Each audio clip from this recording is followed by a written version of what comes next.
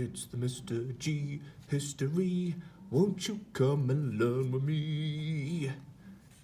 Medicine. Question 4. Hi guys, so I've had a request to look at question 4 on the medicine paper. So question 4 is the factors question, and it is worth 16 marks plus 4 marks for SPAG. Now with the factors question, if you're smart, you can prepare an answer for whatever comes up in the exam. So this is an example of last year's question. Let's have a look at it. It says, have governments been the main factor in the development of public health in Britain? Explain your answer with reference to the role of government and other factors. Use a range of examples from across your study of health and the people, 1000 to the present day. Now remember, there are 3 themes in the study of medicine through time. We have looked at surgery and anatomy, disease and infection, and with this specific question we're looking at public health.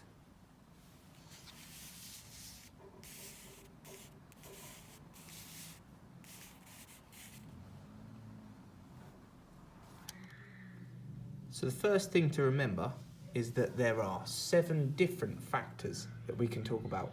And these factors, when we talk about the word factor, we mean things that have led to either change or things that have hindered development.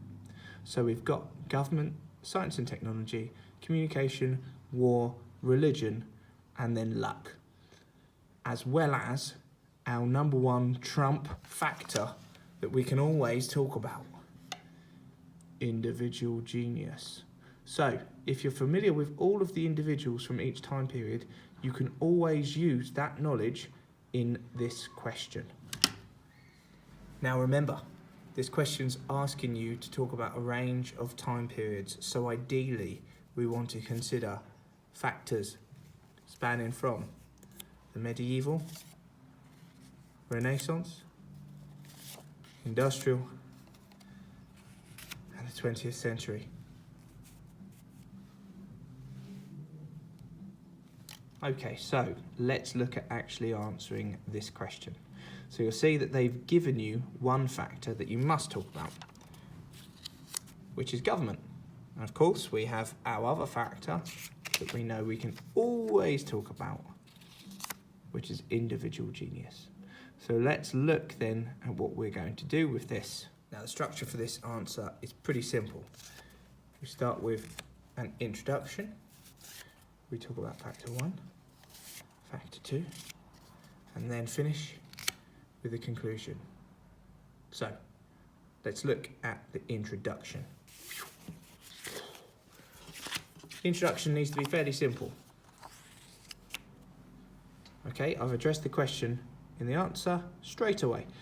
Although governments have been an important factor in the development of public health, I believe individuals are more important. So I've made it clear to the examiner straight away that I'm going to be talking about 2 factors, government and individuals, and also that I'm going to make a judgment that individuals were more important than government. After the introduction, I'm going to talk about factor 1, which in this case is going to be government. I'm going to talk about government because it's not the one I think is the most important. You don't have to do it this way, but this is the way generally I prefer to write it. So I'm going to start with an earlier time period, which is the Renaissance. I'll talk about the plague orders of 1665. So when the Mayor of London makes it a rule that people are quarantined, and that's a way to try and stop the spread of infection, and one of the first examples of effective public health policy.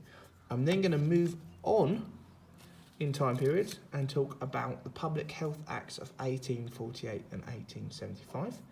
And then I'll finish this section by talking about the 20th century and the introduction of the NHS.